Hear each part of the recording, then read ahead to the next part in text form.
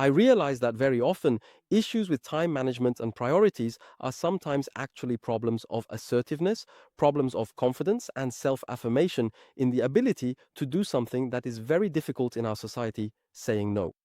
I saw this with a client recently. She had a tendency that as soon as there was a gap in her schedule, she absolutely had to fill it. Because if someone reached out to her, a client, a prospect, or someone else, she would think, it's fine, I have a gap, I'll put them there. And as a result, she was always available. She had trouble saying no. If clients contacted her in the evening at 8 o'clock, even though her workday was over, she would respond. If she had a file that needed to be expedited for a client, she would do it over the weekend. And so, in fact, she was letting the outside world dictate her schedule. Obviously, this is a real problem with boundaries.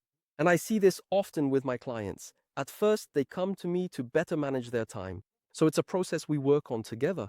But then they find themselves realizing that we also need to work on the ability to set boundaries, to become more assertive, and to become better communicators about the boundaries we set.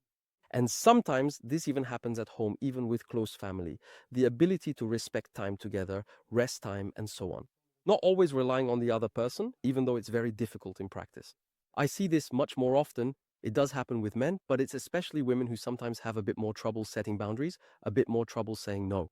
No, right now, I'm not available for you. And actually, it's a real issue. If you don't learn to say no to others, you're really saying no to yourself. So it's extremely important when we talk about productivity and time management to reverse the trend and take back control of your time.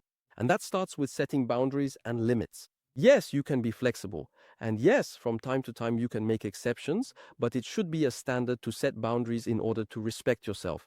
And you'll see others will end up respecting your time more as well. In any case, if this is something you'd like to work on, we can look at it together.